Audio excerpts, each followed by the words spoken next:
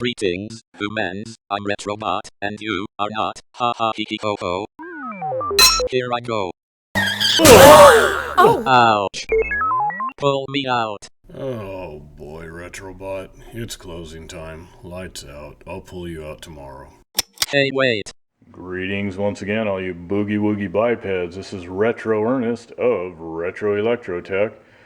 And what I have here on the bench today is a Sony CDP-CX355 compact disc player. This is one of the big ones. This is a 300 CD mega storage unit, a CD jukebox, if you will. And it was brought in because nothing is happening. It does power up, and I will do that now. And let me open her up here. So you can see that the door belt is engaging at least, but the carousel or table is not rotating. And you can hear the motor just kind of struggling right along. So I suspect we are dealing with a belt issue. However, until I perform some disassembly and start kind of checking things out and what have you, I won't know for sure. So there's a bit of disassembly involved. Let me kind of spin it around. Actually, let me.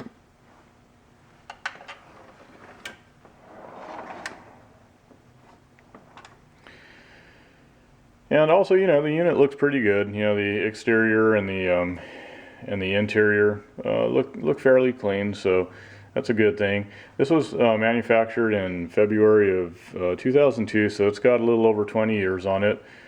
So anyways, who knows for sure what's going on. I mean, it could be something else mechanical that is causing a problem, but again, I think it's probably just a belt issue. That's pretty common. After all, you know, belts do deteriorate and break and of course lose their elasticity and become overstretched and will derail off the pulleys and all that stuff. And actually, on that note, let me see if I could zoom in here just a second. So I don't know if you can see back yonder. Let me move some of this out of the way. Yeah, so you see the pulley back there. The belt is off of this pulley. So more than likely that's our problem. But again, and let me zoom out. It'll take a few years to zoom this camera out.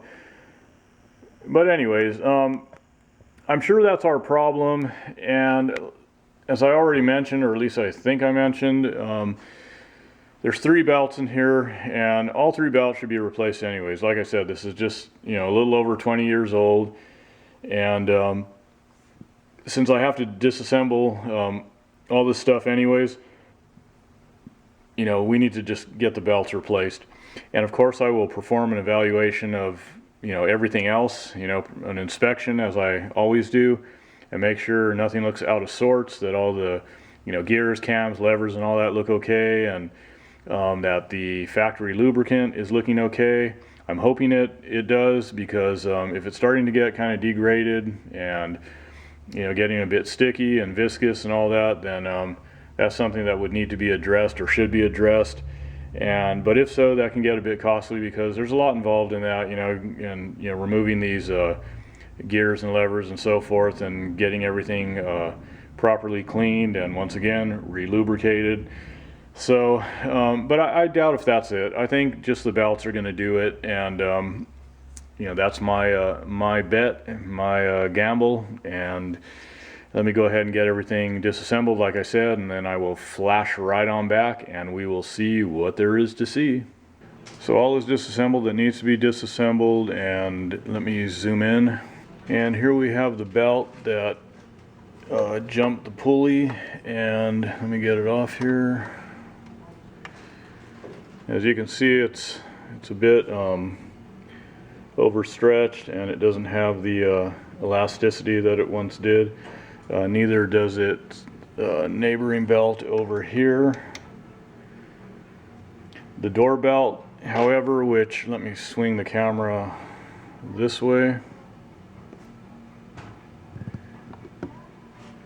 Okay, this door belt here is still looking pretty good, but it's going to need to be replaced nonetheless since I have everything pulled apart.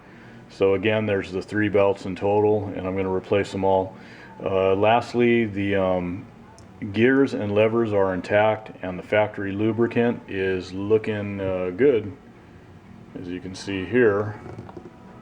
Okay, so still looking good and doing its job. So anyways, I do believe that once the new belts are installed, all will function just fine mechanically. And since this was a working unit up until this point that the carousel stopped rotating, I believe the electronics should also work as intended. So I'm going to cut this video here and forward this link to the customer and get this wrapped up. Till next time.